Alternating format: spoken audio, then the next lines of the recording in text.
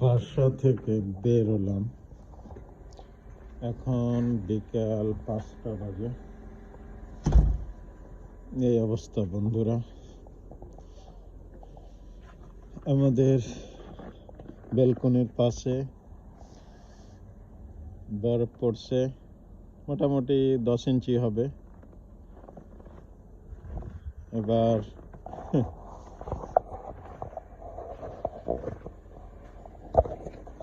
গাড়ি আগে স্টার্ট করে রাখছি,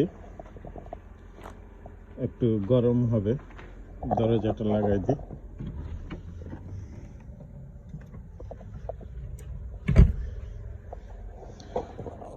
একটু গরম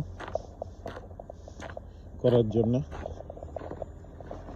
গাড়ির নিচে বরফ,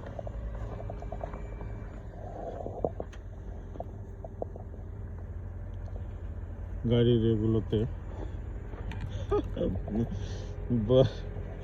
বরফ বরফ।